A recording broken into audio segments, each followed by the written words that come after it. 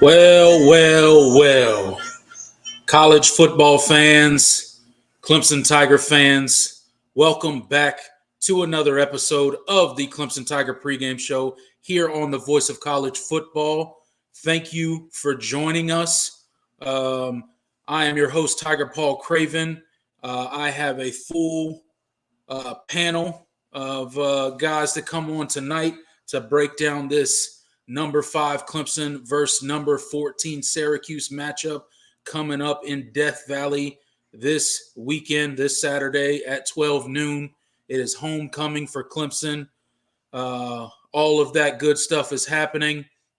It is a ranked matchup, 2 undefeated foes in the ACC going head-to-head.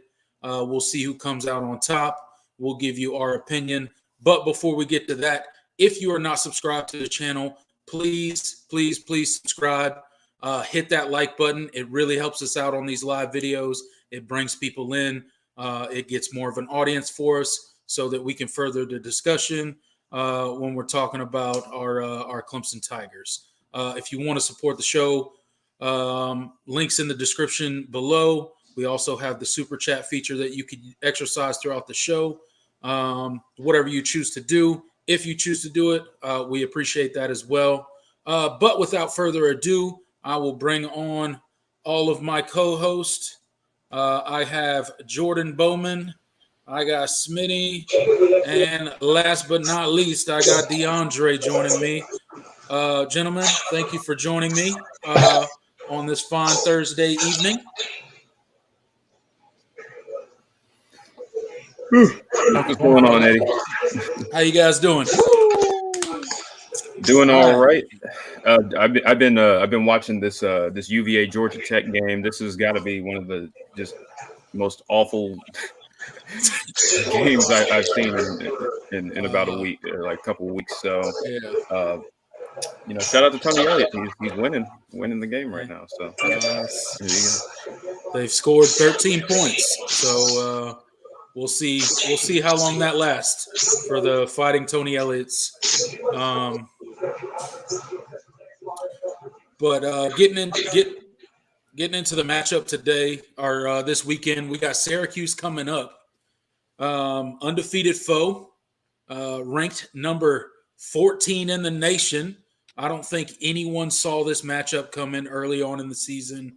I think some people in the beginning of the season probably saw this as sort of a trap game for Clemson, maybe looking into a bye week, looking into getting a break, maybe not taking Syracuse very serious.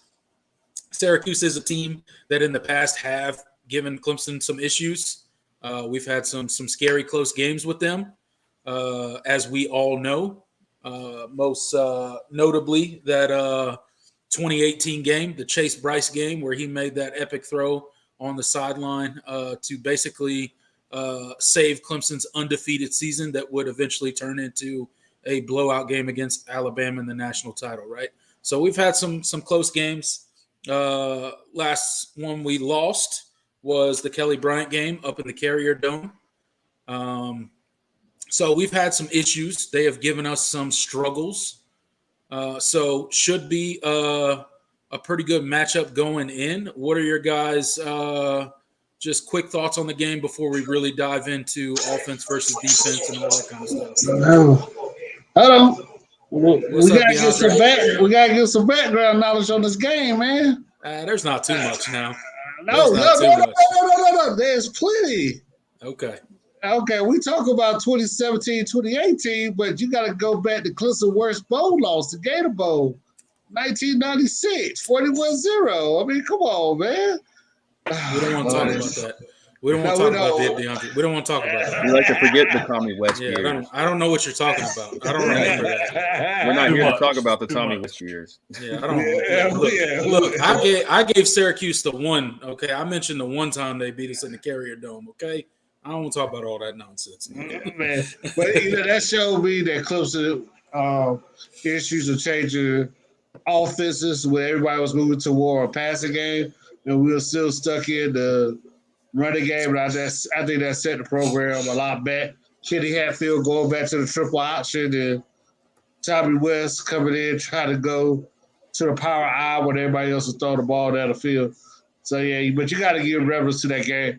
And one thing else I like to say, I hate when people say Syracuse is not a football power, not known for football. When they have Jim Brown, one of the best running backs, Donald McNabb, quarterback Marvin Harrison, Willie Davis, one of the best running backs in history, like cut short. There's a lot of Dwight Freeney. Syracuse has amazing football history. They got one national championship. I can't remember what year, but you got to give that school some respect for what they have done. They've been down lately. And like I said, they're 6-0 now, and we all know they played a weak schedule, but we got to give some knowledge to the fans out there about this, about Syracuse and Clemson history. Yeah, absolutely. Syracuse definitely has some good history, and coming into the season, I don't know if it was a lot of talk, but there was definitely some talk about Dino Babers possibly being on the hot seat, right? Maybe Syracuse thinking about moving in a different direction at the end of the season, possibly. But there's no talks of that now. Whether you believe in Syracuse or not, I think you still have to be a pretty decent team at this point in the season to be undefeated. I know they've played some offenses that aren't exactly explosive, if you will.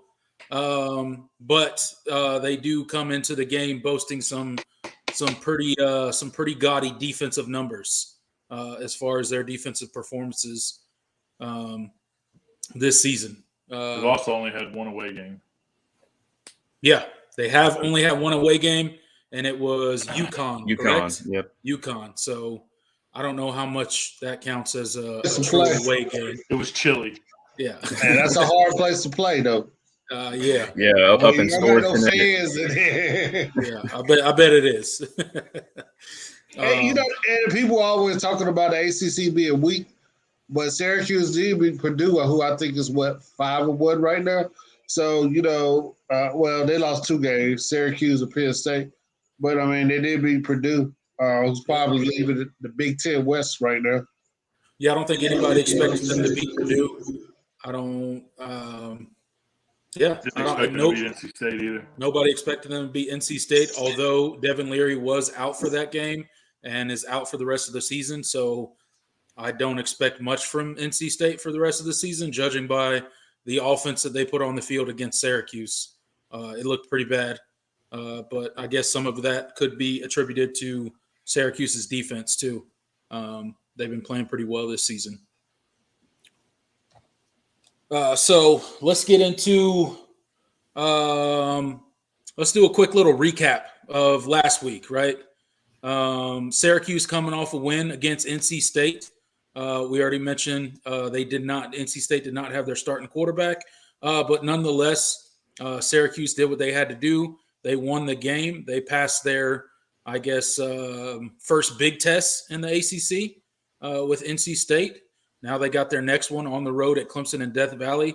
Going to be a completely different animal. I know it's a noon game, but it's homecoming. I expect the fans will be rowdy. I know me and Smitty will be there, and we'll be screaming and yelling the whole time. And Clemson coming off a win against Florida State. Some issues in the Florida State game, right? If we're being honest. We did not expect Florida State going into that game. We did not expect Florida State to be able to run the ball as effectively as they did against us. We gave up our worst rushing defense performance of the season, which was not good. And I heard Smitty sent me something this week talking about how the defensive players on Clemson called a defensive players only meeting to rectify some of their issues that they've been having. Me as a fan on the outside looking in, that sounds great to me because that sounds like that the coaches have got their attention and more importantly that they have recognized as a team, as probably some of them older leaders on the defense, that hey, maybe themselves or maybe even some of the young guys aren't exactly doing their part and getting the job done.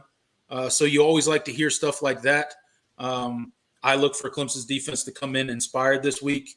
I don't think that they like how they finished the game against Florida State. I don't think that they liked that Florida State was able to run the ball like that they weren't, fitting their run gaps, that Florida State's offensive line was getting a little bit of a push against, our elite front that we constantly talk about. So I think that's some big storylines headed into the game. What do you guys think? Well, I would say this. I know they said they missed 24 tackles, but if you go back and look at the game, and Florida State did an excellent job of scheming, and what they did is similar to what Boston College did, but instead of using the 6 offensive linemen, they used 2 big tight ends, and that gave Clemson some trouble. And a lot of cutback zone reads. If we go back and look at the game, So I think it was just an excellent scheme in the first half by Florida State. However, at the end of the game, yes, we missed a lot of tackles. I think we could have sat the quarterback back on the 4 or 5 yard line before that last touchdown. So, yeah, I could see why Clemson played. But what's kind of interesting to me is that Trotter was the leader of the beating. That's what was more interesting to me, that they had a beating. So I think Syracuse is going to be in for a long night because I think old boy Tucker ran for 155 yards on this last year. And I think that most of that came in the first half. Absolutely. Yeah. Jordan, Smitty, what do you guys got? I got a lot of respect for Dino Babers for sure. He's not still there for no reason. I feel like any other coach would have been fired by now. He's definitely building a program.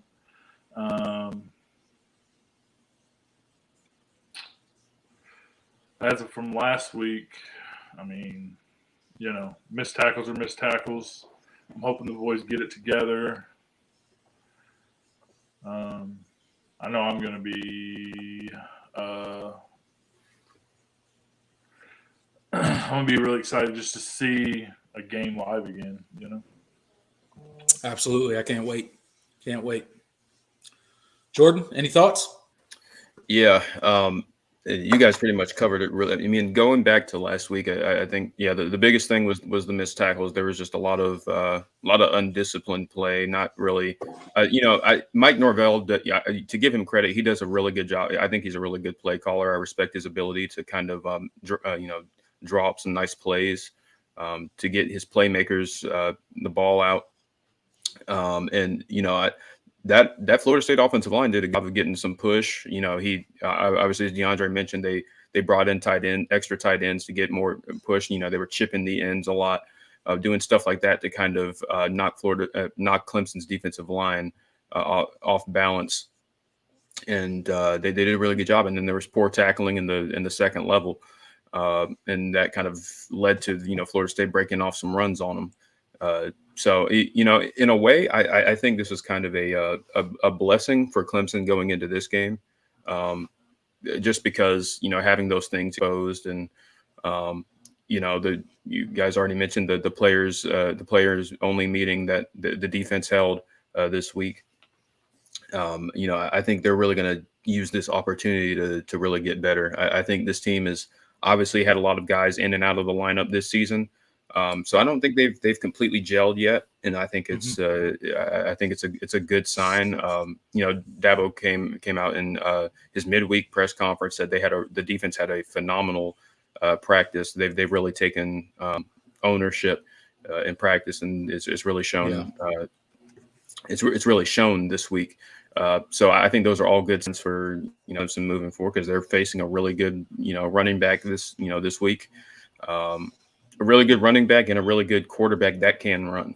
I think this is, just the more I've gone back and watched Florida State game, I think it was, I think it's ultimately going to be good for this team. They are not happy with how they finished, and I think they're going to come out fired up, especially being back at home, homecoming, and all of that. So we'll Absolutely. See. Yeah, I think we're hearing all the right stuff come out of Clemson. Go ahead, Smitty. Yeah, I don't want to sound like an Alabama fan or anything, but there was some significant number of uncalled holding penalties. I wasn't going to mention it. Oh wait, hold up. We had a rushing yards that hold on. Florida State got, but all in all, I think a players only meeting, some leaders holding those young players accountable. It's nothing but good vibes coming from that side of the ball, especially how they've been said they've shown out in practice this week. So absolutely, yeah, I'm excited. I've been excited for this game for 2 weeks. So yeah, I was trying to find a comment because somebody mentioned what you were talking about, Smitty. Okay. I think it was 10 out of 15. Holding 10 to 15. Yeah. Taco Game in 75 gets in, says, with the amount of holding calls that weren't called versus FSU, anybody could run the ball on Clemson. I counted at least 10 to 15. Yeah. So it's definitely frustrating. Yeah. Yeah. So not making any excuses. It is what it is. You got to play within the game. If the refs are calling it, they're calling it. If they're not, they're not. But to everybody's point so far, I like all the stuff coming out of Clemson this week. I like the accountability that the players have taken, especially on the defensive side of the ball. I like all that stuff and how that's, we're seeming to say all the right things. I think the defense is super motivated. I think they're going to come into the Syracuse game looking to prove a point. Again, we just got healthy last game, so let's all keep that in mind. This Clemson defense hasn't been healthy all season.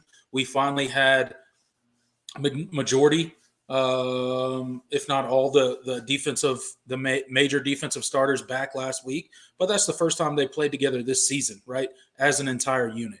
So what I look for is an inspired performance heading into the bye week. I really hope Clemson can finally, because I don't think Clemson's put a 4-quarter game together yet. I don't think we've put a complete game together yet where the offense and defense put four good quarters together. So I look for that to happen this week against Syracuse. And somebody was saying Syracuse players are putting some bulletin board material on. You guys heard any bulletin board material coming from they're definitely talking Syracuse players? They Hunter, said they're going to be they're going to stop Clemson from continuing their home streak winning record. Oh, they're trying to take that 37-game winning streak. They're going to take the Atlantic this game. Oh, the name's not coming to mind, but Deuce Chestnut was the one corner, one of their starting corners. Really good player, but he was saying that basically he was like, I feel bad for him because we're about to be playing on ruining that. Hey, look, said no one ever. Nobody feels bad for Clemson. Okay, and then also they didn't feel bad. Quarterback. They didn't feel bad for us last year during our down year. Don't nobody feel bad for us. So, right. And we bring up the 37-game winning streak. You also try to take this into account. Nobody's really talking about it, but if we win tomorrow, it'll be 38 in a row, which breaks the ACC lead by Florida State. Florida State won 37 straight. So we break the ACC record for the most home wins. Eat that, Seminole man.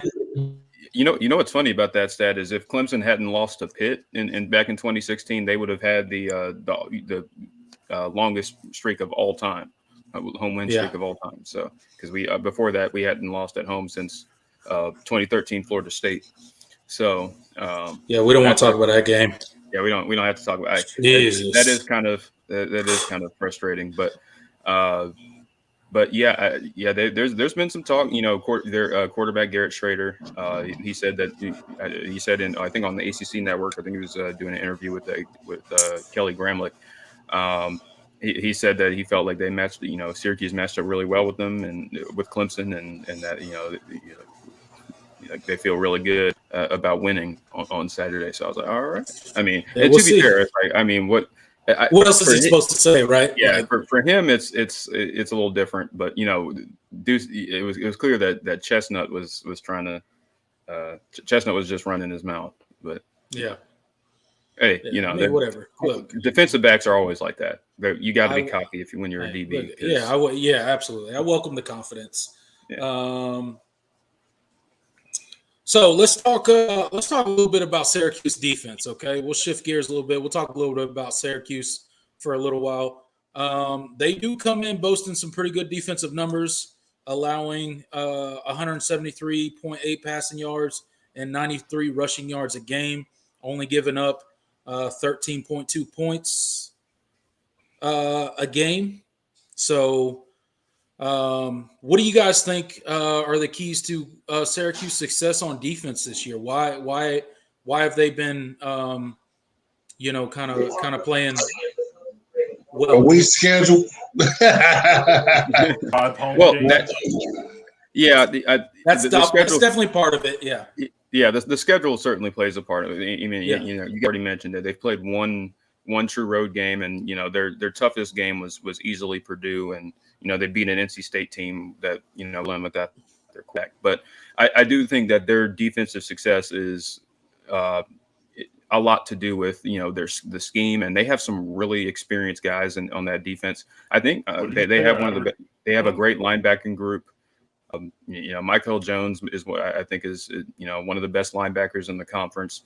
They have really good, talented corners as well. they run that 3-3-5. They don't give up explosive plays, and they keep everything in front of them. So I really think this Syracuse defense, they're just really well coached, and they've been running it for a while, and they have experienced players, especially in the back seven. I don't think too highly of I think their defensive line is fine, but definitely the strength of their defense is their linebackers and secondary, and that's kind of helped them limit explosive plays and all that, and it's helped their numbers. They're just a really good, really fundamentally sound defense. And if you don't like seeing DJ run the ball, turn your eyes, because the way you attack the 3-3-5 is running a quarterback with a lot of counters, like what you saw with as you said. Another thing, I know we talk about defense. Shipley got to get better with his pass blocking. Even that pass where DJ hit on Williams down the street for a touchdown. Yeah, he missed a block. He got to get better with it. I mean, I know he's just a sophomore. I don't know. I've seen some improvement from him there. I think he's done. He has done better. But yeah, to your point, DeAndre, he does miss some blocks here and there in the pass game. He's definitely not our strongest back when it comes to protection. Right. But he for sure makes up for that in explosive plays, catching out of the backfield, just making things happen. But yeah, I do see that. All right, so anybody got anything else on Syracuse's defense? Are they going to shut down the Clemson offense? Nope. I'm just kidding. Well, I would like to see us get moved back using the tight ends a little bit more. Cause I think they've been targeted the last couple games. Not all running backs are good. That pass. Both tight ends caught a touchdown pass in the last game.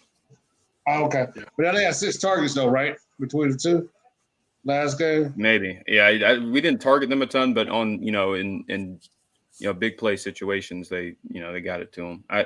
I do think you'll see. I do think you'll see the tight ends in this game. You already mentioned the quarterback run game. That's definitely going to be a part of it. Syracuse is not. I think Clemson can run on Syracuse. I don't think Syracuse has played a team that can really has much of a run game to speak of. I do think you'll see them be able to. I mean, they're going to get some light boxes at times, but Syracuse does a good job with run blitzers and stuff like that. But I think that you're going to see Clemson kind of lean on the. I think this is another prime Will Shipley, Phil Maffa heavy game. And also utilizing the tight ends, because I do think their secondary is really. I know Garrett Williams probably their best corner. I know he's kind of a scratch for this game. I don't know if he's going to play. I think it's kind of up in the air. So depending on if he's in the game or not, I think it's going to depend on how many shots we see Clemson take. But either way, it's still going to be. They're still a stingy defense, so and they're going to keep a lot of stuff in front of them. So you got to sustain some drives. Yeah, absolutely. All right, let's shift gears. Talk about the Syracuse offense a little bit. So they come into the game. Garrett Schrader, an improved QB this season. He's always been looked at as kind of a mobile QB. He can definitely hurt you with his legs. He can definitely get outside of the pocket, extend plays, and if you lose contain on him, he can hurt you and produce a lot of first downs. But he's also throwing the ball a lot better this season than he has kind of in years past. Of course, we all know Sean Tucker, big number 34, right? You got to contain that guy. You really have to box him in and make sure that he don't break any big runs on you, because he is more than capable every time he touches the ball to break a big run on you. So we got to clean up those cutback lanes that Syracuse exposed last week. Linebackers got to do a better job in the run fits for sure against this offense. They also got that Gatson this year, number 19, big 6'5" dude, real tall, real big receiver. putting up some They good line him up numbers. at tight end, which makes it even harder. Yeah, Right. a lot of times. So He's matching a that big guy up against some slower linebackers, stuff like that. So he could become a matchup nightmare. But yes, I see you, Smitty. We got Agent Zero. I got it. We do have Agent Zero out there. I understand. But what do you guys think Best about cover corner we got? Absolutely. Never come off the field. You don't need to play true nickel when you got Barrett Carter on the field. That's for sure. But what do you guys think? Exactly, and that's who they were pointing out last week. Kirk Herbstreit was giving big time props, and he's like, "Y'all, he just got shook out there, so he got to live up to the expectations because he's one of the guys that people calling out for missed tackles." I don't think they want to call Barrett Carter out, but hey, by all means, go ahead, call him out. The quarterback was kind Call of him out. his fault. He was playing contained, and then Hey, there was nobody in the back. I hope they call Barrett Carter out. Go ahead and piss him off. I mean, I love it.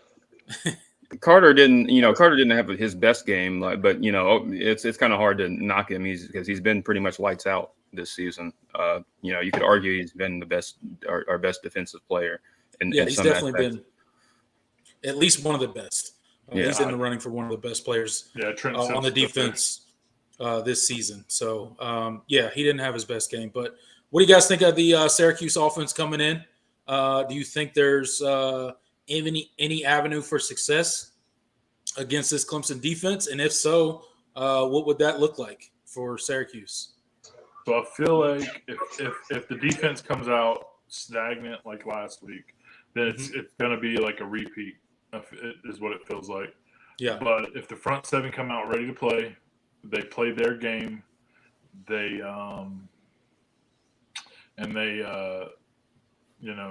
they do what they focus on what they're supposed to be doing.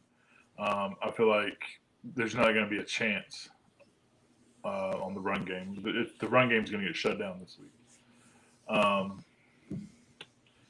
The passing game bottle Sean Tucker up. Yeah, the passing game is still going to be a little suspect. The corners still proving themselves, still growing, so we'll see how that goes. Yep. But I'm trusting the defensive line and the linebackers to be on their A game this week. Jordan? Yeah. Or go ahead. We got to stop. Yeah, we got to stop the running back, the quarterback too, for running because he's a pretty good runner. Yep. I want to test that middle of that defensive line that they have. I think we're gonna see more blitzes this game since we got Jones back, Charity Jones back. I think we're gonna see more blitzes because Wiggins playing more confidence. I think we're gonna see more blitzes off the edge and up the middle to help stop that running game. So that's what I'm looking forward to in the game. I kind of agree. I do think you'll see a lot more pressure. You'll see some pressure. I don't know if Clemson's going to just sit back. I think they've gotten to the point where they can trust their corners a little bit more. And as DeAndre mentioned, Sheridan Jones came back and he played really well against Florida State. So he didn't never got targeted. He was really good in coverage for most of the game. So. I think Syracuse, just watching them this year, I've watched a decent amount of their games. I haven't been overly impressed with how they run the ball. Some of it is just Sean Tucker being Sean Tucker. He's a special running back. But I really don't think that offensive line is all that great. And I think a lot of the advanced metrics kind of agree. It's not a bad offensive line, but I don't think they're as great as some of their raw numbers might suggest. I think some of it is Sean Tucker forcing missed tackles and stuff like that, and he's just a tough guy to bring down. But they don't really generate a whole lot of line yards and run push. So I do think this is a game that I think Clemson can. The Clemson's defensive line and linebackers can really take advantage. And I think it's going to be important that they do. And especially with Syracuse relies so much on Schrader and Tucker. And then obviously in the passing game, they really only target Gadsden. So I think as long as you keep you out for where he is at all times, I do think you'll have some opportunities to kind of spend resources on I guess. So I think that's going to be key for that for this team in this game. That's the last. Schrader and Tucker, beating you with their legs is the last thing you want to do. If Schrader's dropping back to pass, and he's fine. I'd rather him beat us with the arm, because I don't. He's improved as a passer, but his arm talent does not impress me, and a lot of stuff is schemed open. A lot of the passing plays they get is schemed open by Robert Anai, who I really respect as an offensive coordinator, but. I think if you limit their run game, they are a very one-dimensional team. Absolutely. I think you guys make all good points. I think if our defense comes out and we, the coaching staff, Dabo Swinney's come out and he talked about the defensive preparation. We've already covered that they did the defensive players only meeting where they kind of took accountability, and maybe some of the leaders on that side of the ball, called some people out and kind of addressed some things that were, maybe happening that we don't know about within the defense. Obviously, they felt the need to do so, which is a good sign, I think, because they're not playing that bad, but I think they could play a lot better. So the fact that they're taking that responsibility unprompted from within to do something like that, I think bodes well for the defense going forward this year. I think Clemson, as I've said, probably every video we've done this season, both in the previews and the post game, that I think Clemson has consistently gotten better each week.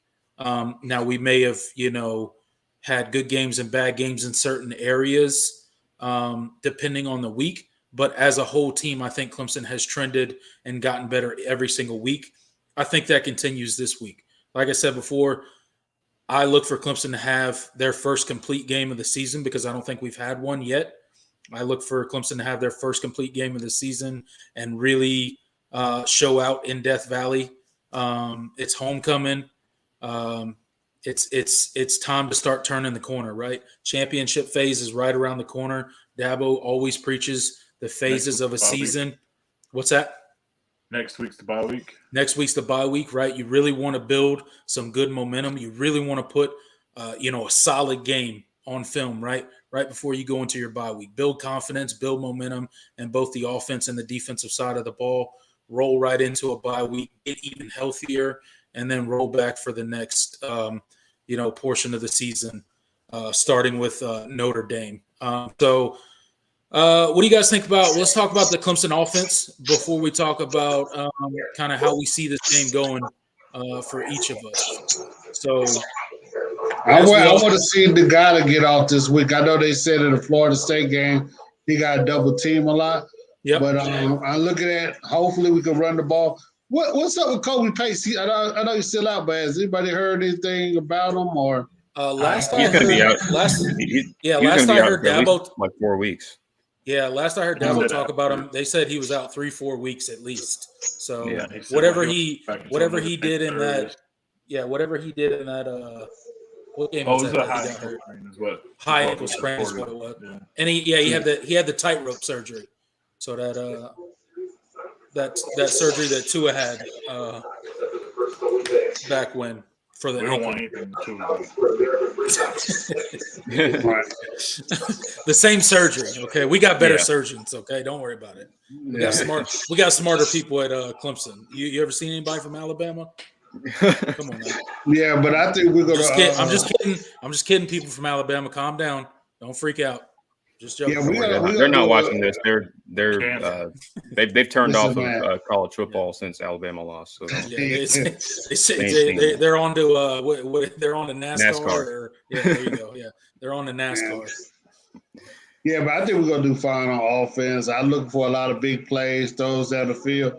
But we all know that Syracuse is gonna do the same thing NC State did, play a 5-back, 3 across. So we're going to have to get Shipley and Moffa going, and hopefully both of them can stay healthy, and we don't have to bring in Keith Adams. But and we know DJ's going to run the ball a lot. I mean, that's coming. He is. This couple games, we got a bye week. But I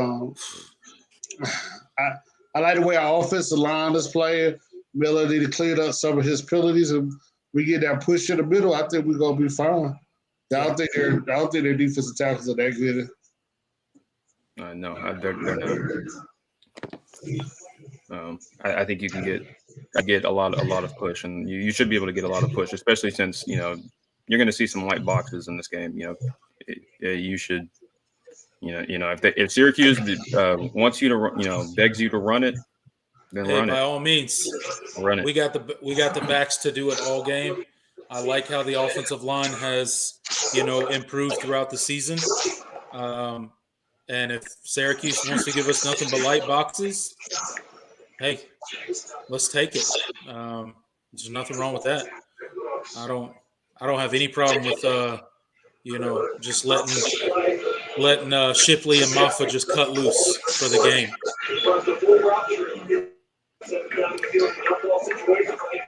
I would personally, I would like to see Adam Randall get going. Okay, yeah. I think there's a lot in the tank there that once it gets going, it's gonna be real fun to watch. Yeah, yeah. He's got the look that he's gonna be, a special receiver one day at Clemson. I don't know if this is his year, but yeah, I think one day at Clemson he's gonna be a guy that we remember. At least I hope so. I don't know. I mean, is it? I guess it's not his year because he's not. He didn't play for some of it. Yeah, I just mean like he's not. He's not a main focal point in the offense right now. I don't think. Yeah, he's had three catches all you year. you got Antonio Williams. That's kind of But they keep putting him out there though. No, they definitely keep putting him out there. I think he's due. I think it's coming. I think you're gonna. I'm not, and I don't think he's gonna just magically turn into the number one guy or anything this year or anything. But right. I do think he's due because they keep putting him out. They keep putting him out there for a reason that he can play. And I think they think he's going to be a difference. He can be a difference maker out there. So I think it's just about him getting his opportunities. I think those are going to come. Yeah. Yeah, absolutely. And he's still working his. It's a gradual process. They're working him out. They're still working him back in, but he's seen the field. A decent bit. These past couple of weeks. So. He gets plays. For sure. Yeah. Look for our tight ends to have some impact in this game. Always like to see those big dudes get out there and make some plays. They've been absolutely crazy this season. Good to see them out there. Yeah, Dennis Allen, I just saw a report, is getting a lot of NFL draft stock because of his size and speed.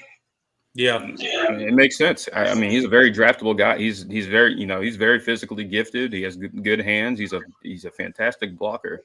Those get you drafted, especially the blocking part. The NFL likes tight ends that can block. That release route he had last week was beautiful. Yeah, it was, man. Right when he skirted up the sideline there, that was crazy. Good route. We're gonna when he leaves Clemson, we're gonna look back and be like, man, he was so underutilized.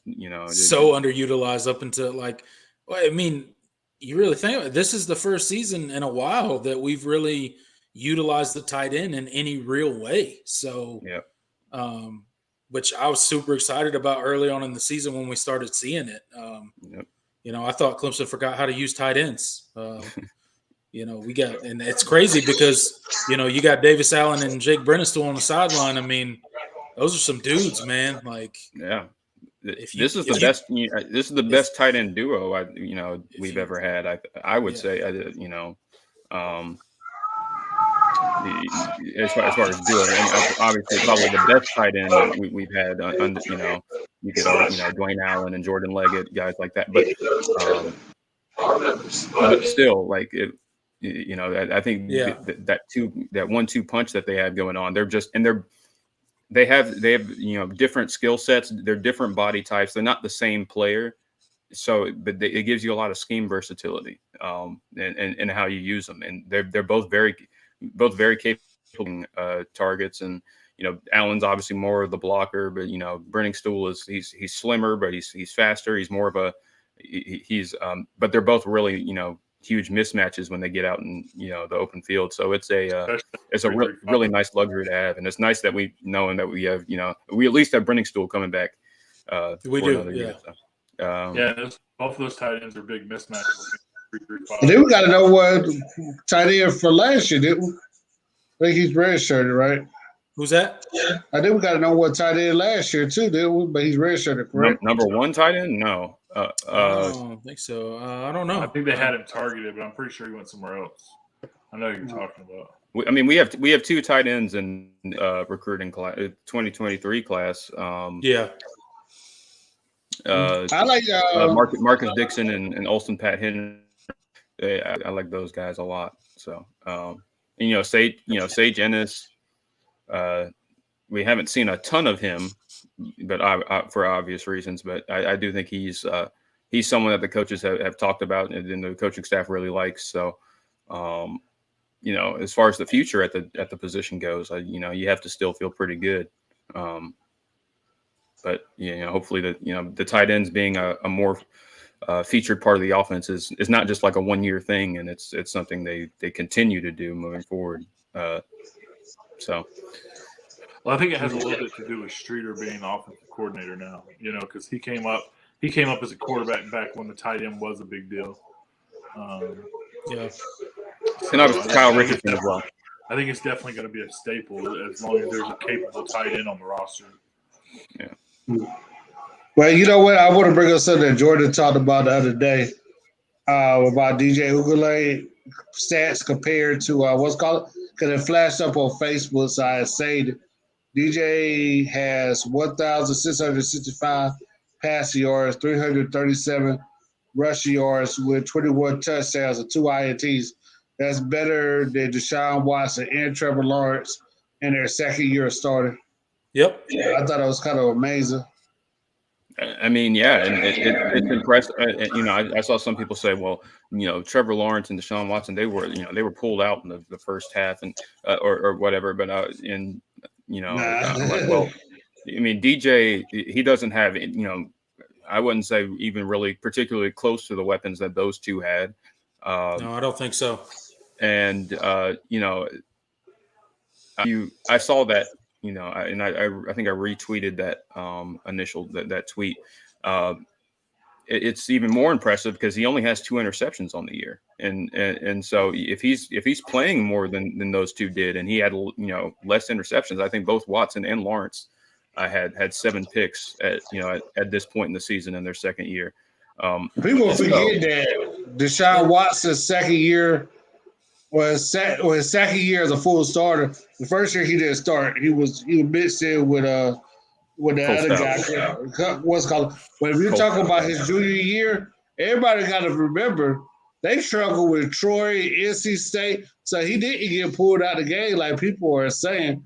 We had trouble with Auburn that year, so we went over to Auburn to beat him. So no, that'd be a false statement by some people that said. Here's the thing with DJ is I think most of it is leftover criticism from last year, right?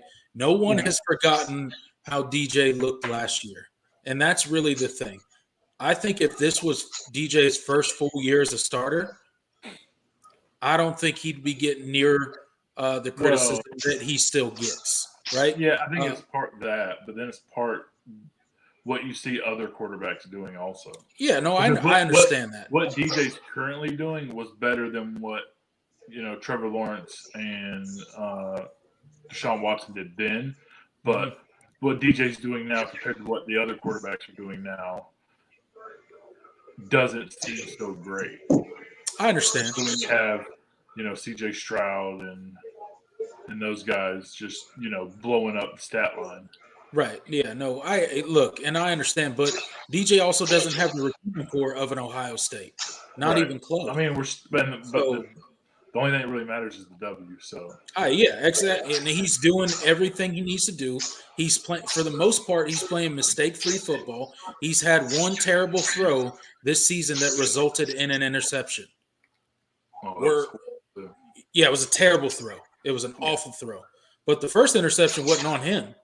Yeah. You know, yeah, about the Spectre's hands. It was on Spectre. So he has one true interception on the season. I mean, I don't know what people want. I don't know what more they want from DJ. He's doing everything he can to win. He's willing to put his body on the line, game in and game out there. He's not out there sliding. I wish he would sometimes, but he's fighting for every yard out there. And I think he's become He reminds me of the Ohio State quarterback they had. Cardell Jones? Was it Cardell Jones? Was it? No, it was what's his name? JT Barrett. JT Barrett, right? Is that who you're talking about? No, whichever one was like 6'6". When he ran the ball, he'd go past the offensive line and lay down. That's Cardell Jones. That's Cardell Jones. Yeah, Cardell Jones is massive. He was a massive human being, bigger than DJ for sure. But I know people are critical of DJ, but he did. I really think a lot of it was play calling last year, and then also the concept of we got to attack the middle of the field. And I think I saw a stat. I think this is like 7, 8 straight games we just scored over 30. I think that was the only game that we haven't scored over 30 in the last at least 14 games. So that's pretty good. Yeah, CJ Stroud is putting up numbers, but the concepts they run is totally different. Him and Young, and I just think DJ is doing what he's doing, and also I want to put this in the right context.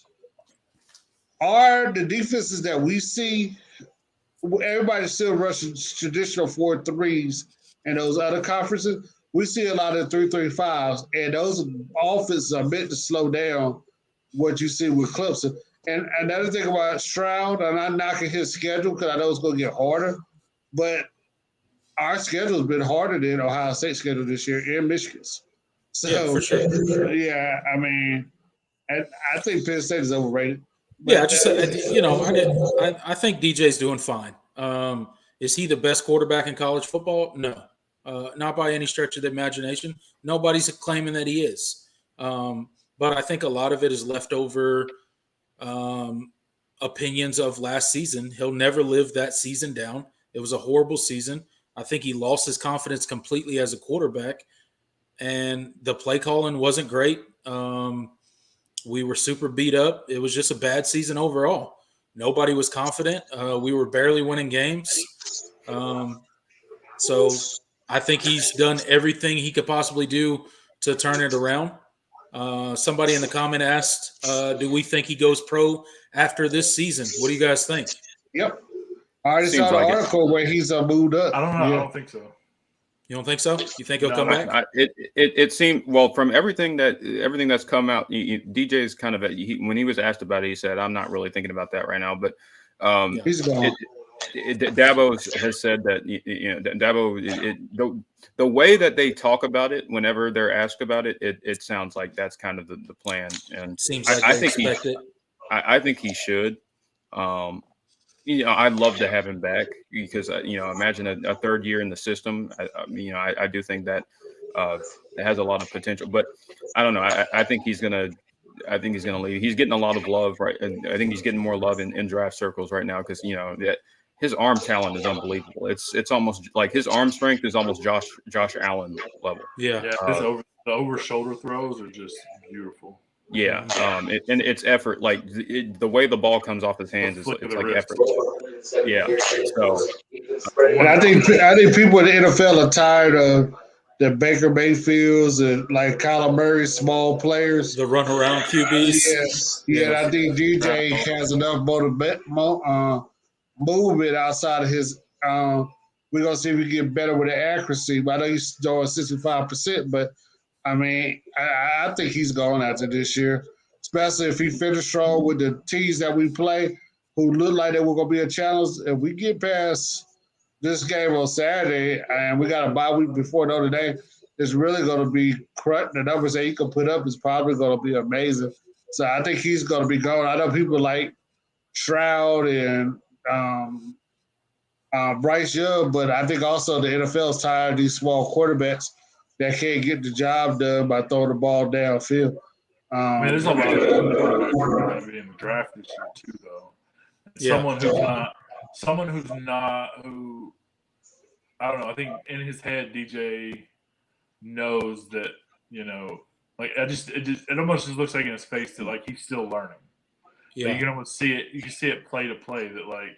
I don't think it matters in this day. I could see that, just, but I could also see how much the NFL likes the NFL draft in the combine. More specifically, I think DJ would knock the combine out of the water with his arm. They'll be enamored by his size, by his arm strength. When you're throwing against air, it's really easy to drop those passes. So I think I don't know if he'll go or not. Honestly, I hadn't thought about it until now. I think maybe he goes, depending on what draft grade he gets back. But I could see NFL scouts being enamored with his arm strength. He has shown the ability to improve his accuracy this season. So, I mean, maybe I could see him going pro. And I could see him, maybe being taken in front of some people that you wouldn't expect because, the NFL likes those measurables, right? Yeah. They like that size. Go ahead. I'm sorry, Jordan. I mean, because think about it. I mean, other than, obviously Bryce Young and CJ Stroud are QB1A, QB1B, however you want to place them. They're clearly the two. They're probably the most. They're probably the best quarterbacks. But behind them, who's a lot of the names that you hear, who's any more polished or NFL ready than DJ? I mean, Will Levis is. I mean, he's got he's physically gifted. He's got a great arm and all that. He's raw in a lot of areas. I think DJ's had a better season than him. Frankly, probably I have with Will Levis. Anthony Richardson as well. Yeah. Problem I have with Will Levis, he couldn't beat the guy at Penn State out. He's been there for 6 years. I mean, that's the problem that I have with him. But this is just an example, and I'm sorry for cutting you off, Jordan. But imagine he'll get with Tampa Bay. Who's better to trade him than Brian Leftwich? I don't know how much Brady got left in the tank, but he'll be like a middle of the first round, later the first round pick. Who else would he be better to go with? I don't know how much of the NFL y'all watch, but a lot of people are not happy with the Kyler Murrays and those type of guys that you got to fit their offense around that type of person. DJ could fit any type of offense because of his size and arm strength. So I think that he's more pro ready. I mean, and he's what you saw Peyton Manning, and I say he's Peyton Manning, but what you saw with Peyton Manning and Andrew Luck and Trevor Lawrence, big, strong guys. Imagine him with Indiana, with Indianapolis Colts, with the type of talent they have. So, yeah, I do see him leaving this year with some of those guys looking for him. And then he's more mobile than what Matt Ryan is. You can sit up behind Matt Ryan for a year or two. Yeah, absolutely. And Isaiah Simmons scored a touchdown. Oh, did he? Yeah, interception. For the Cardinals. Need to go back and watch that. But I don't. Yeah, I think DJ is gone. I think he'll get a favorable enough draft grade. Whether or not he's considered a first round. I think he's a first round talent as far as his arm talent is concerned. I don't think he goes in the first round though. He might not go in the first round, but I do. Last year we didn't even think he was going to get drafted. So I do think he's good enough to get a second, third round draft grade, and if he gets that, I think he take his chances in the league. Excuse me. I want to say something about that comment though.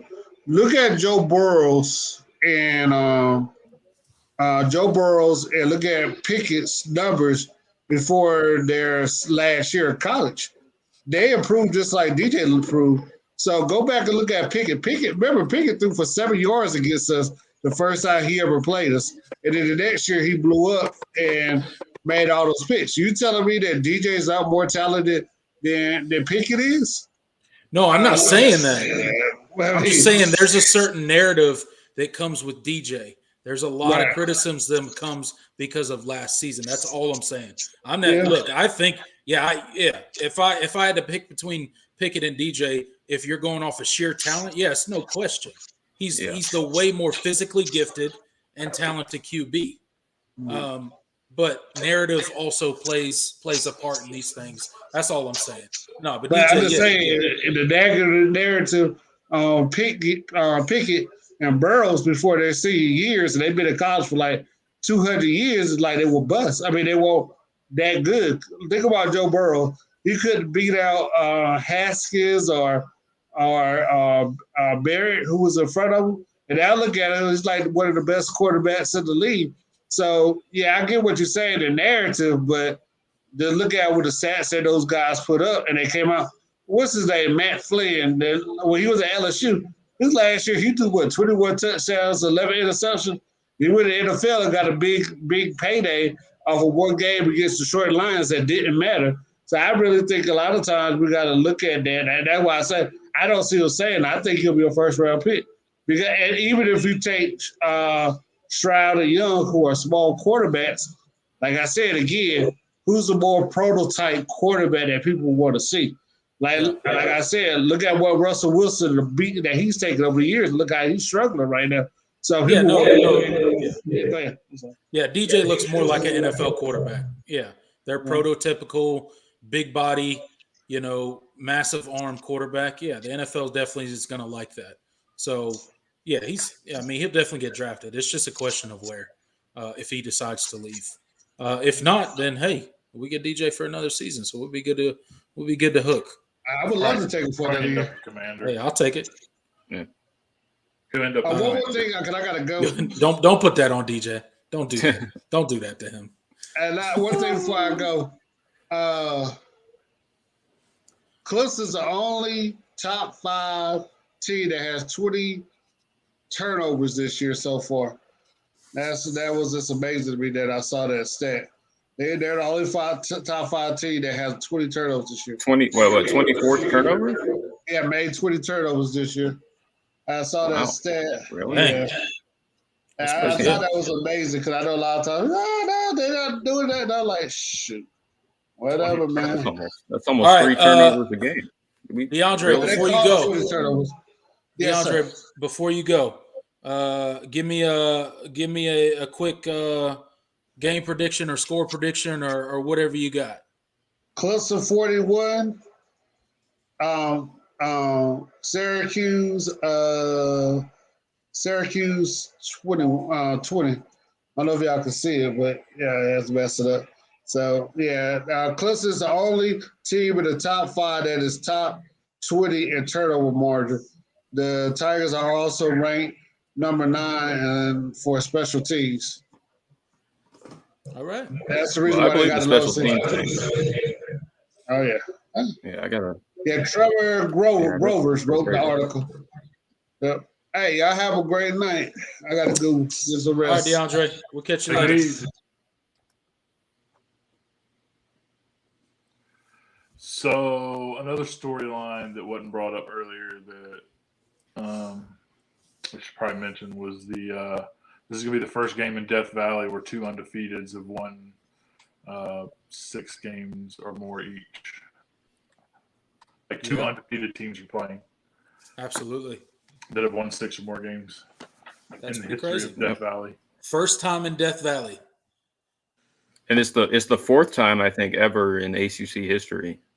Wow.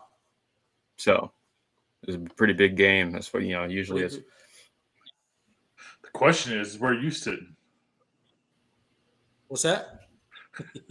Let's talk about Jordan. Yeah. Jordan, you going to the game? Yeah. Jordan's Yeah, not I'll be there. Okay. All right. You are going to the game. Sweet. All right. We're in UD. You're where? You're in the upper deck? Yeah. We're in UD. UD. Okay. Lower upper. But yeah. Yeah, looking forward to the game. So before we get out of here, fellas, let's get into some overall thoughts on how we think the game goes.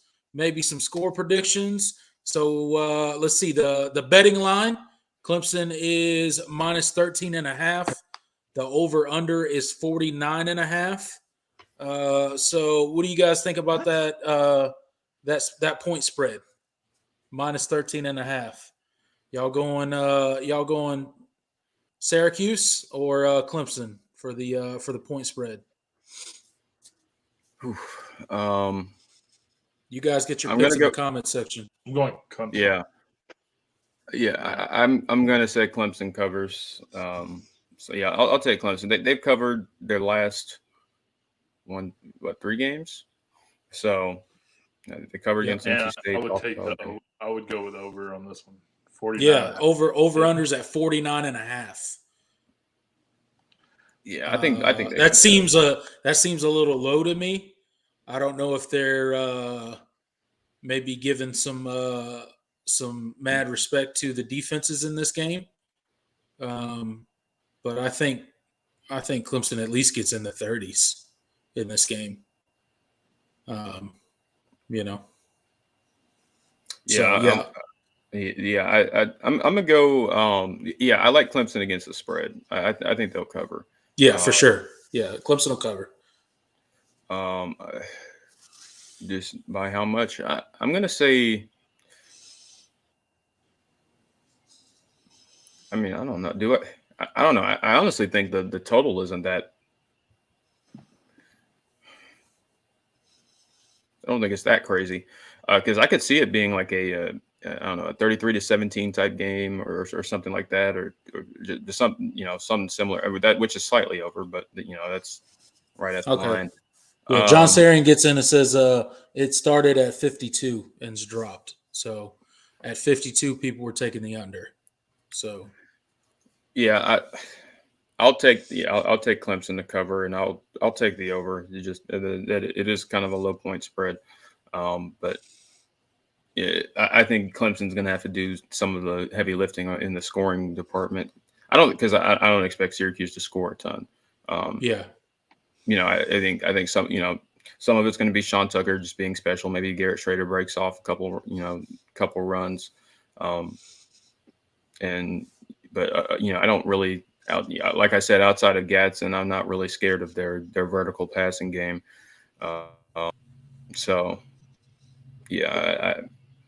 say Clemson minus 13.5, and then I'll take the over.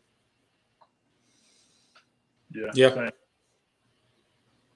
I'd say I'd probably go with like 41-17 Clemson. 41-17. Yeah. Okay. All right. Jordan, you got a score prediction? Everybody has got like 17. Syracuse scoring 17. I'll say 34-17, something like that. 33-17. I think it'll be. It wouldn't surprise me if this game it's a little low scoring at the half, and then Clemson kind of breaks it open. That tends to be what we've been doing. This season. Yeah, that's been our MO. What's that? I'm not a fan of it. I'm not a fan of it either. I wish they would. None of us are a fan of it. I wish they would freaking quit, man. Like, I wish they would just put 4 quarters together and dominate a team for once. I want to see Antonio. We're more than capable of doing it. Yeah. You want to see an Antonio Williams pop off? Yeah, I want to see him rip one at the very beginning. Just a long one? Yeah. Yeah, not even a long one. Just catch one over the middle and outrun everybody. Yeah. No, that's what I mean by a long one. Catch one and go a long way. Hunter Goatfro gets in, says 38-10. So he's going with the under. He is going with the under 49.5. TK gets in, says 31-17. Taking Clemson with the spread. Any other predictions out there, guys? I don't really see anything else. I don't see any other ones. Yeah.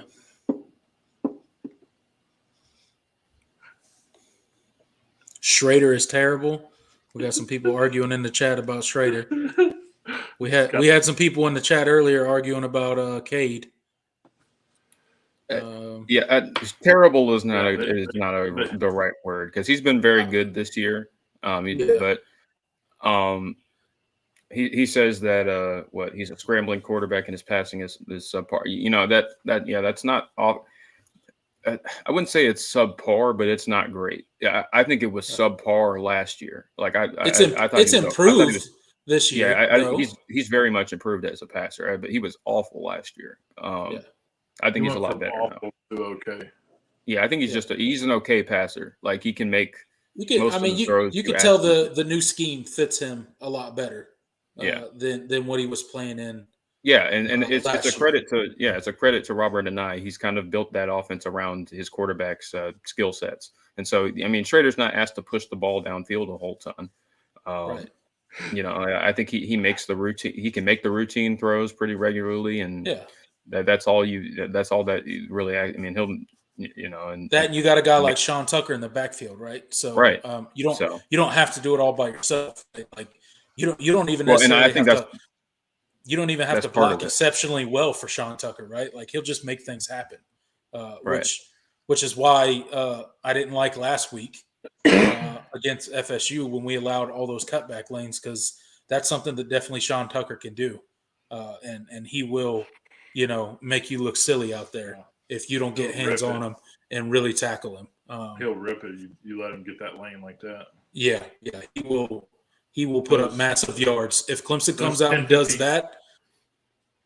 Those 10, 15-yard runs from Florida State turn into touchdowns real quick. Yeah. When you got a back like Sean Tucker, those turn into, 30, 40-yard, maybe even touchdowns. So got to clean that up.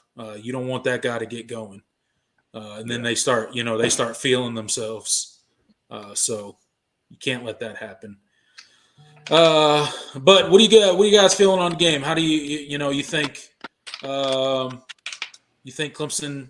kind of plays it close in the first half, breaks loose in the second half, or, you think we come out, we punch Syracuse in the face and kind of take control of the game early and never let it go?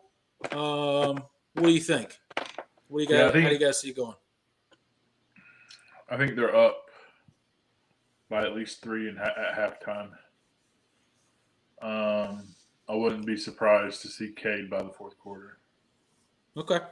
We get a Cade sighting. Okay. All right. Smitty predicts a I Cade hope that sighting. is. I hope that's the case. But if we get a Cade sighting, that means it's a good game. We played a good game if we get a Cade sighting. Yeah. This team is going to have to show up. I'm not, before I predict them to just like jump on a team in the first half and really build up a lead. They haven't really, done that. Yeah. We haven't. We have not. So you're going to play. You gotta see it to believe it. Not since Wake Forest did they really top of Wake Forest early, and they came, but Wake Forest really, came. The defense didn't get stopped, so it was moot. I can't predict this team to just come out firing on all cylinders, especially like offensively, because they haven't done it yet. I hope they do, and I think they can do it, but I'm not going to predict them to do it right now. Okay. What's that? I said I'm willing to give the hot takes. All right. Well, me personally, manifesting. Yeah, you're manifesting. I like it. Keep that up. I'm going to manifest some great defense. That's what I think comes out of this week. To DKTK's point in the chat when he's talking about the defense-only meeting, we've mentioned it a couple times today in the preview show. I really think that makes a difference. I think when stuff like that happens with a team, that team's made of the right stuff. They have the proper focus on what they need to be, and they realize that they're not performing anywhere close to their capabilities, and they have the want to correct it. That's what that screams to me. And I think our coaching staff was disappointed in the finish last week. I mean, we should have stepped on the throat of Florida State, and that game blew wide open, and we kind of let them creep back into the game and make it look a lot better than it was.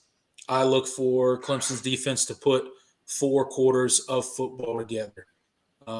There's been, some bulletin board material, if you will, that you guys mentioned earlier on in the live, talking, some Syracuse players that had a few things to say, talking real confident, which if I was them, I would talk confident too. What else do you expect? But I have way more confidence in Clemson and their defense's ability. I think our defense absolutely gets it done. Look for a big game early on in the running game. I think we're going to have to run early in order to soften that defense up a bit, in order to get the passing game going. But with that said, I think we could attack with some tight ends and, some shorter routes, maybe across the middle, to soften up that defense as well.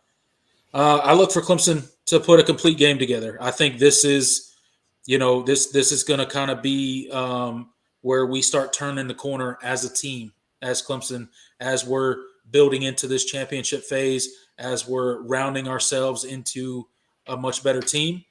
And I don't think it's particularly a close game. I think we really, maybe early on in the first quarter, it's kind of tight, just because, I think Syracuse is going to come out inspired.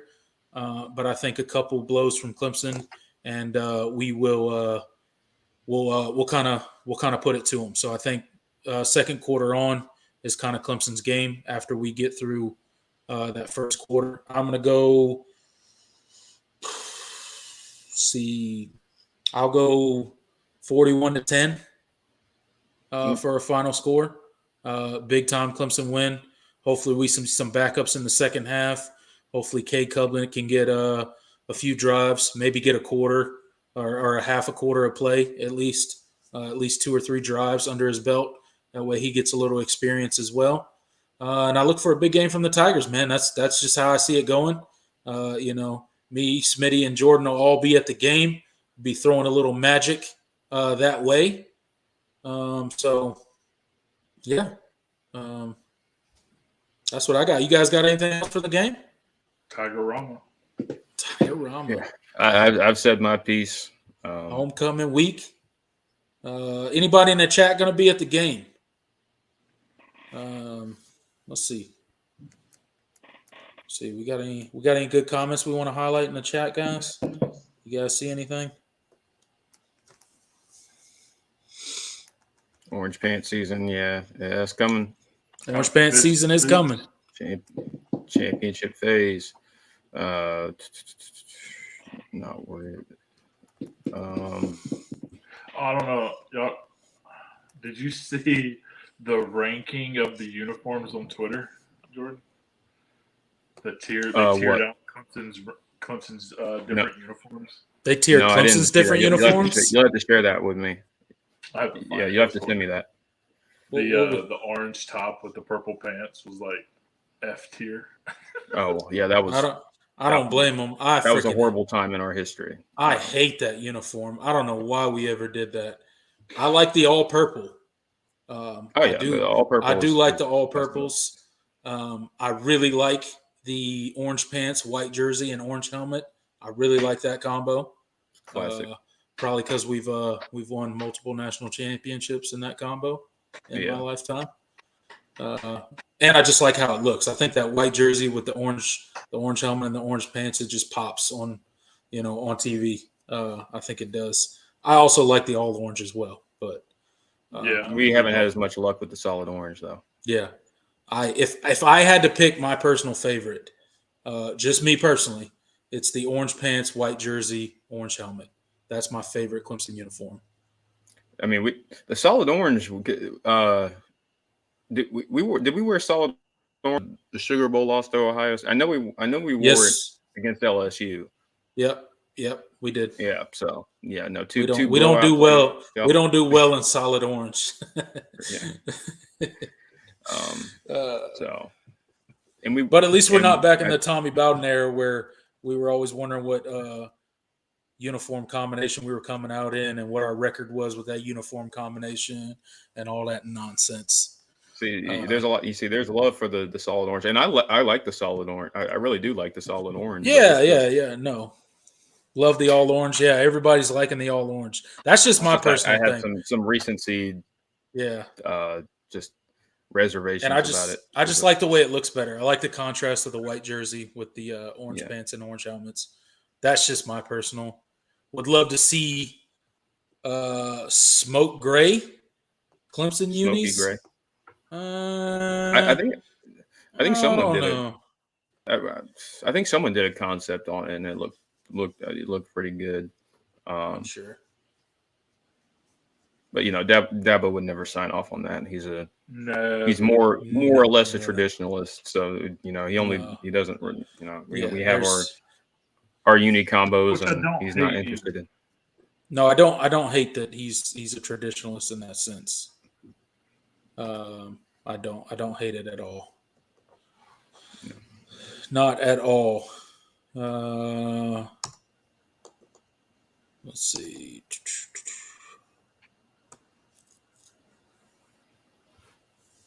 Tommy Bowden, 5 plays from being undefeated. Huh? Yeah. Yeah. He's just saying Tommy Bowden. It's probably not literally 5 plays, but Yeah. both games, and Clemson fell short a lot of years. So many times, man. I do like the purple jersey with the orange pants though. Do you? I hate that. I like it better than orange on purple. I don't know. It's something about it. The orange on purple just doesn't look right, but the purple on orange is I don't love it, but it's like I look at it and I'm like, okay, I can see why people like that. But it's not my thing. I don't really like it. I like work. just the all purple. If we're gonna wear purple, I love the all purple. I like the all purple. I like the all purple, and I like that we only do it once a year, right? And we do it, for the Military Appreciation Day, to honor the military and all that stuff. So it's a good story, and it's a good looking uniform. It really does look good. Solid purple, orange stripes and helmet. That's a great. I love the look. Yeah, it looks good. It looks really good. DK corrects us. Yeah, the color is regalia. Regalia. Yeah. But thank you. And you remember when it used to be navy blue? Yes. Long time ago. Used to be navy blue. Yes. A long time ago when Clemson was first, because I think Walter Riggs, who was designing the uniforms, he's an Auburn grad, and he wanted it to look like our uniforms to look like Auburn's. Ew! Oh God! Yeah, that's why even a lot of the campus design is. I mean, they call Clemson Auburn with a lake, and I get a little, I always clap back on Twitter, but it's like it's kind of true. It's kind of true. Clemson is very similar. Architecturally, it may be Auburn with a lake, but we figured out how to do it better. So I consider, but I say Auburn is Clemson with Auburn is Clemson without a lake. Yeah. So, yeah. I want them to bring back the white on purple for away Wake Forest. That's not going to happen, but I hear you.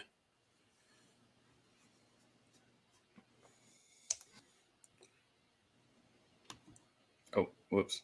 No, you're good. You're good. Been a Clemson fan since the early 90s. Yeah. Yep. That was the beginning of the end, the early 90s, when, Danny Ford was out, and, they had a couple of nice years under Hatfield, and then it just fell apart. Yeah, it was bad. Yeah. And then I grew up watching Clemson in that era. Right. I was not alive for any of the Tommy West years, thank God. So I have never seen, in my lifetime, I have never seen Clemson miss a bowl game other than the 2004 season when we got in that fight with South Carolina and self-imposed a bowl ban. So, thankfully, I've been pretty blessed as a Clemson fan. All things considered.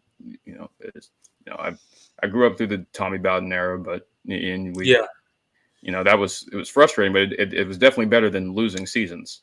It was frustrating though. We were always supposed to be like, this is the year, It was never the freaking year, man. Never 3-8 remember- like Yeah, I Tommy left remember last year. we mentioned it earlier on in the live, but that 2013 loss to FSU. Well, that's my least favorite memory as a Clemson fan. I Oh think. my God! Like Maybe that never. or when I was really will young when n- we lost to BC in 07, but that was a Yeah. heartbreaker. But Yeah. that is the I'll never forget that FSU game. That was embarrassing, dude. Like, yeah, and it I'll was never- over just- from the very first snap. I'll never pretty forget the much. Matt Ryan BC games. yeah, That's the what I Matt- was meant. Yeah, I Like, remember it was those. it was literally the last drive in the fourth quarter. Every game, he would every find time, a wide man. open receiver on like the 15-yard line. Literally every Like, time, man. It was most- like the same play. I swear. The dumbest thing ever. It was like and I being don't in the even know Matrix. why. Like, didn't this just happen last year? Yeah. I Matt. don't know, man. Matt Ryan. Oh, yeah, definitely. Yeah, he had his moments against Clemson. That was. He definitely broke our hearts a few times. No, I still remember. Was it Clemson Virginia Tech bowl game? Woody Dantzler versus Michael Vick. Yeah, Oh, we had one. yeah. But yeah, that was Michael Vick's last game, wasn't it? I think that was his last game as a. I think it was as a Woody's Hokie. last game too. No, Woody's Yeah. was the Louisiana Tech game. I think in 01. Was that It was after the- that? It was in the It was after. It was after that. Someone in the comments probably knows, but I'm pretty sure because it was in the snow. It was the Humanitarian Bowl against. I think that was Woody Dantzler's last game. He put up like a ton of yards and He had like 6 touchdowns or something in that game No, I seen Man, that too. he used to- That he was used on to the be- blue field. on the Woody- blue field. Yeah, and it was. Woody Yeah. Dantzler used to be so fun to watch, man. Yeah. He was so good. He was a crazy quarterback. Back up until the recent times, like my favorite all-time player growing up was Rod Gardner. Rod Gardner, yeah. Yeah. Remember that infamous push off? South Carolina fans always Yeah. complain about. Yeah. Yeah, they are. Like, They what still the catch. They still mad about that. Yeah, they still. Yeah. They Suck still it. mad about that catch. It was kind of a push off, but Hey, they I didn't don't call care. it. So, Whatever. Hunter GoPro mentions the 2014 Florida State. That we lost Yeah. in overtime. Yeah, that Sean was McGuire in for Jameis Winston. Clemson should have won that game. That was a game that Clemson they outplayed Florida State, but it didn't reflect on the should've won that scoreboard, game. and they blew that game so bad. That was such a golden opportunity. Speaking that's of another State, one. Fun fact: the 2013 game yeah. against Florida State, I watched in the Yukon. Nice. On my way to Alaska, I was driving, I and think- by the end of the first quarter, I turned it off. Yeah. I think I was in Texas at the time. In that game. Yeah. I'm just kidding. I didn't turn it off because I didn't have control of the TV. But Yeah, Taco Gaming talking about the 5 bomb. Yeah, that was not fun. I was yeah, I was in middle school for that too. So the worst part Oh. of that is like I grew up here, so Yeah.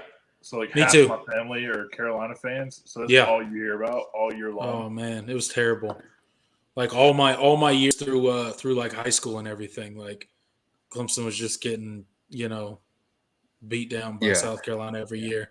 And, everybody at school, like, because South Carolina was, beating Clemson at the time. So you got a bunch of bandwagoners that like, oh yeah, South Carolina. And it's just like, man, this sucks. This is, it's like, man, it's going to be different.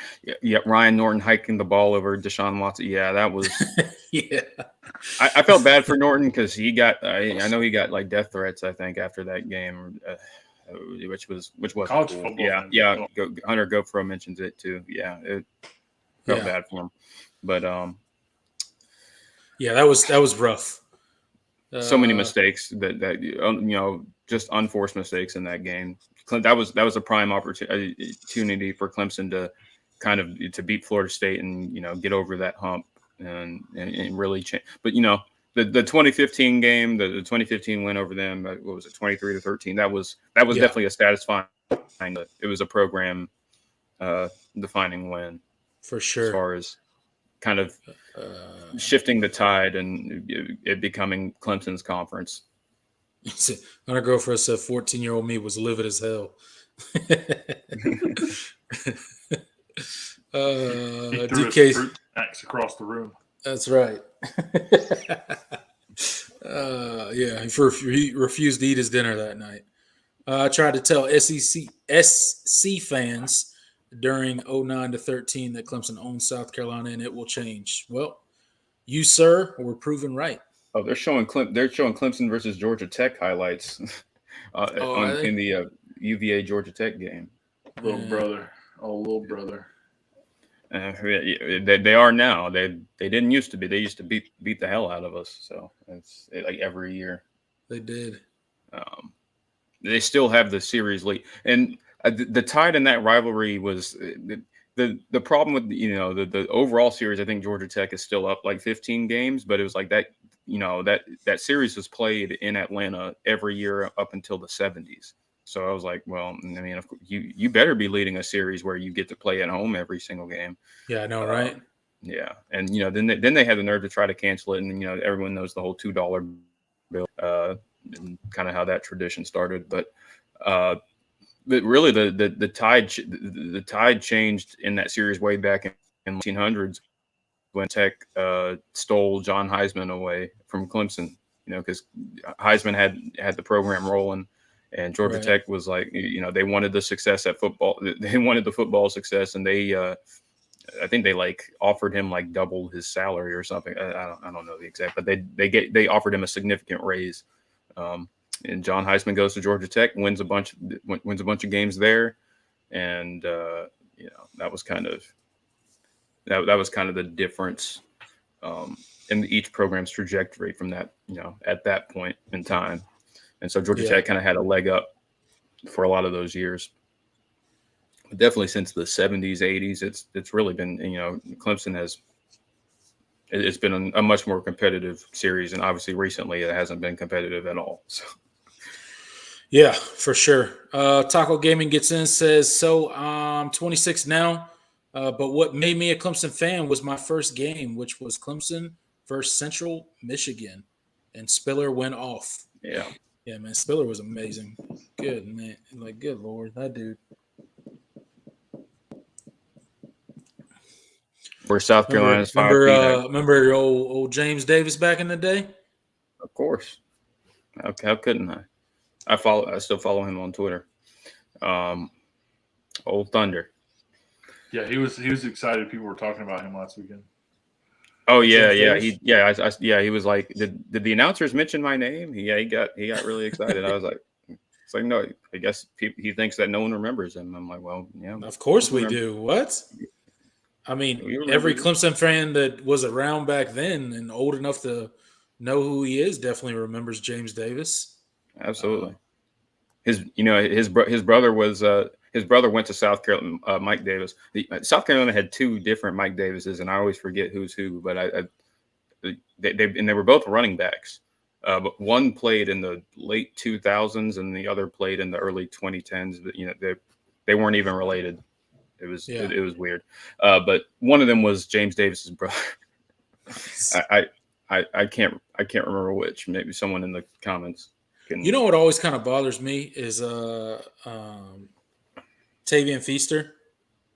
How we brought out Spiller's number from retirement for this dude to take it, and then you end up at South Carolina, bro. Like, come on, man. Come on. Yeah. Well, he saw the writing on the wall. He knew, but I know he did. But like, I understand him transferring, but yeah, going to the rival school was. You wore C.J. Spiller's number in a Clemson uniform. Somebody from that same school was an even worse disappointment. Oh, Willie Corn. I don't know if I remember that one. Oh, I remember Willie Corn. Oh, I remember Willie Corn. I feel, but Willie Corn, I think he had injuries, and he was so good at Burns though. Yeah, I know. He was a really talented guy, and it never really worked out. I heard it was drugs. I ain't gonna comment on that. I'm just kidding. But I'm happy he's found a a nice career. Ellington had Bruce Ellington, I think. Yeah. Yeah. I think they both went to the NFL. Yeah, went to the league. Yeah, Andre Yeah. and Bruce did. Bruce Ellington. Another game that irks me is the 2015 championship versus Bama. Bama was gassed by the second half and couldn't stop Clemson's offense. I'm sitting there like, where was this the whole game? Yeah, I think it was a great game.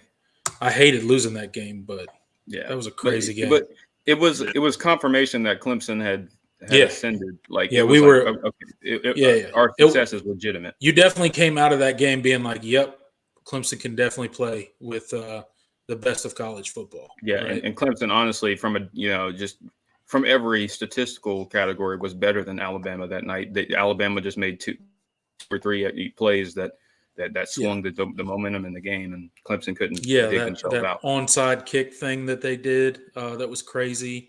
Onside kick, the kickoff, the special teams, the Kenyon Drake kickoff return. Yep. Not being able to cover O.J. Howard for some reason, we let Jake Coker light us up. Yeah. It was crazy. O.J. Howard sure on the same play too. Yeah. O.J. Howard. O.J. Howard, who's he did so many bad things to us in that game. Yeah, and he scored even in the next game. The rematch too. He didn't burn us as bad, but that matchup, he had done absolutely nothing all season, and then he just came out of nowhere and had a career day against us. So that was frustrating. Why did Feaster think SC would help his career? I don't know. Why does anybody think SC will help? I think it was more about wanting to play and stay close to home because he's from Spartanburg. So I mean, and I get that the home thing, but I would have. I don't know. I probably would have gone to North Carolina or something. I wouldn't have. But hey, it is what it is. Yeah, BB couldn't stop Coker. Yeah, that was Coker didn't even really have to do anything. He was throwing to wide open guys. We had so many busts in the second, and which is why I always maintained that if Clemson had Mackenzie Alexander in that game, it just seemed like the secondary was like just completely out of rhythm and out of sync when he wasn't there. Yep. So having Mackenzie Alexander was Watson was better than Derrick Henry that year too. He had 4,400 yards passing and 1,300 on the ground that year. Yeah. I definitely think Watson 1,000 season ever. I think Watson was definitely robbed out of a Heisman. Twice. But, whatever. I've given up hope on Heisman and Clemson players at this point. I think Watson should have had one. I think Trevor Lawrence should have had one. Neither of those guys got it. Both runner-ups. And I just kind of gave up on it. Honestly, like once that happened to Watson twice, I was just like, okay, we're just not going to get a Heisman Trophy. Like if Deshaun Watson can't bring a Heisman Trophy home to Clemson with the career that he had, like who's going to do it? It is what it is. Honestly. I've learned to accept it. Barrett Carter, never.